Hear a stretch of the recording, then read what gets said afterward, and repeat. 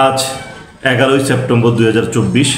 আজকে ইন্ডেক্স সমস্ত ভয় দূর করে দিয়েছে, অর্থাৎ বিনিয়োগকারীদের যত ভয় ভীতি ছিল সমস্ত দূর করে দিয়েছে আজকের ইন্ডেক্স।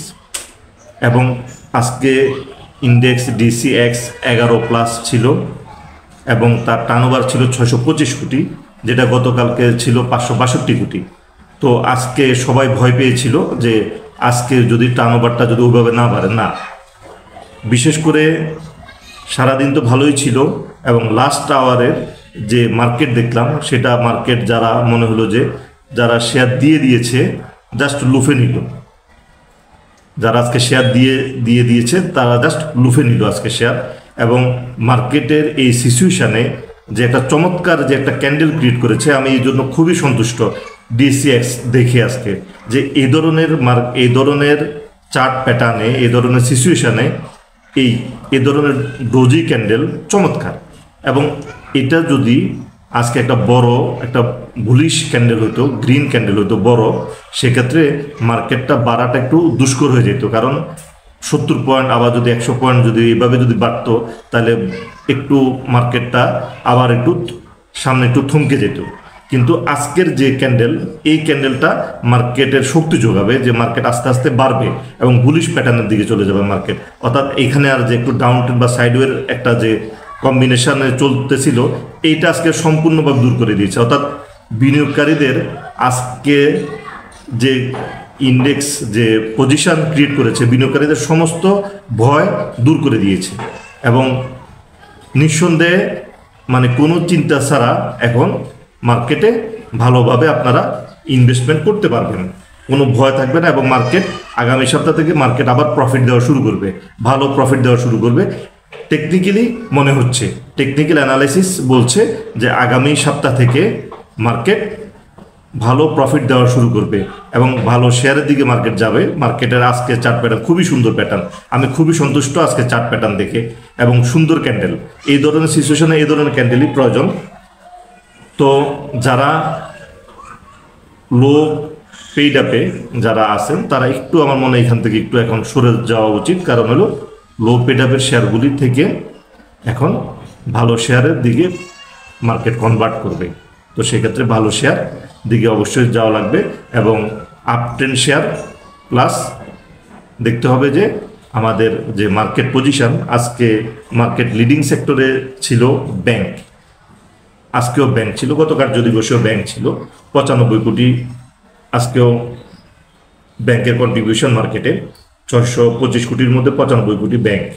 তো আজকেও ভালো পজিশন, ওদিকে আবার জিপি রবি এদেরও পজিশন ভালো। তো আমি আসলে বেশ কয়েক কার্য দিবস ধরে বলে এসেছি যেটা হলো আমাদের উচিত এখন ব্যাংক এবং ফান্ডামেন্টাল শেয়ারের দিকে মুভ করা, অর্থাৎ মার্কেট পজিশন নেওয়া। অর্থাৎ আমাদেরকে সবসময় খেয়াল করতে হবে মার্কেট পজিশন কোন দিকে নিয়েছে, আমাদেরকে ঠিক সেভাবে আমাদের পজিশন নিতে হবে পোর্টফোলিওতে।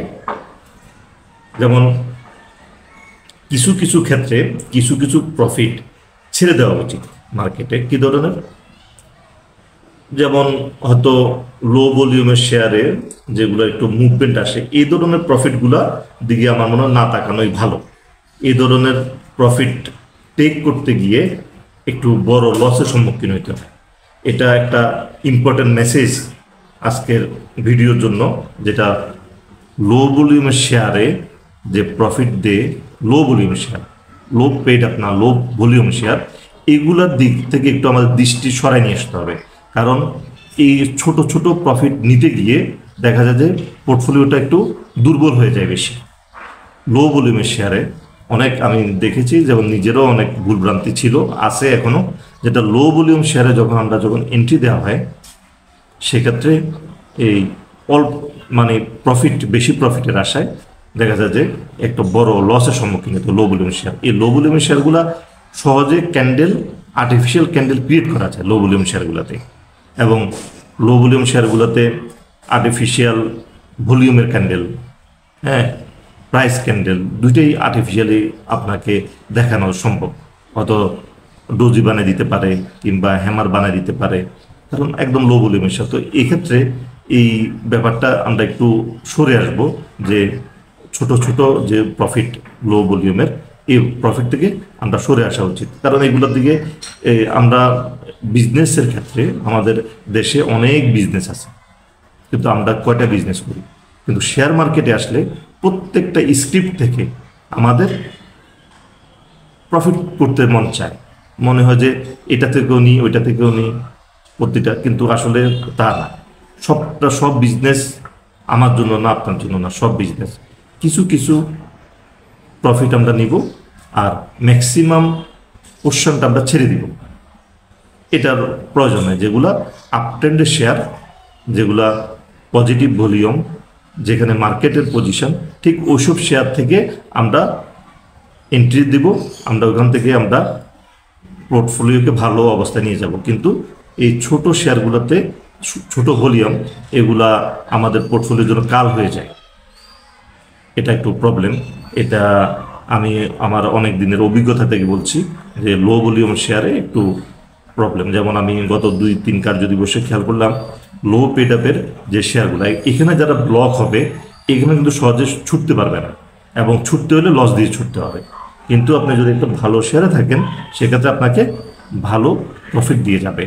ভলিউম শেয়ারে থাকবেন, আপট্রেন্ড শেয়ারে থাকবেন, ভালো শেয়ারে থাকবেন, প্রফিট আসবে। আদারওয়াইজ প্রফিট আসাটা একটু দুষ্কর হয়ে যায়। যাই হোক, আমি এবার দুইটা চার্ট দেখিয়ে দিব। এটা আসলে এডিশনাল একটা, মানে হঠাৎ করে চার্ট, আমরা যখন চার্ট করতেছিলাম, আমি যখন অ্যানালাইসিস করতেছিলাম, তখন হঠাৎ করে চোখে পড়লো। একটা হলো প্রাইম ব্যাংক, যেটাকে আমি রেখা দিয়ে এঁকে দিয়েছি। তার ভলিউম 27,55,000, সুপার আপট্রেন্ড, খুব সুন্দর আপট্রেন্ড। এটা কেনার জন্য বলছি না, এটা আমি শেখানোর জন্য বলছি। এটা আপট্রেন্ড শেয়ার এবং সুপার আপট্রেন্ড, ধীরে ধীরে এই শেয়ার বড় রেলের দিকে যাচ্ছে। আরেকটা শেয়ার দেখব, সায়াম টেক্সটাইল। এটা আসলে সম্পূর্ণ লার্নিং পারপাসে, এটা মানে কোনো ভয় ভীতি না, এটা লার্নিং পারপাসে। এখানে আমার হঠাৎ করে চোখে পড়লো, এটা একটা ডাবল টপ প্যাটার্ন ক্রিয়েট করছে সায়াম টেক্স। এই ডাবল টপ যখন কোনো শেয়ার যখন ডাবল টপ ক্রিয়েট করে, সেটা কিন্তু একটু পড়ে যাওয়ার সম্ভাবনা থাকে।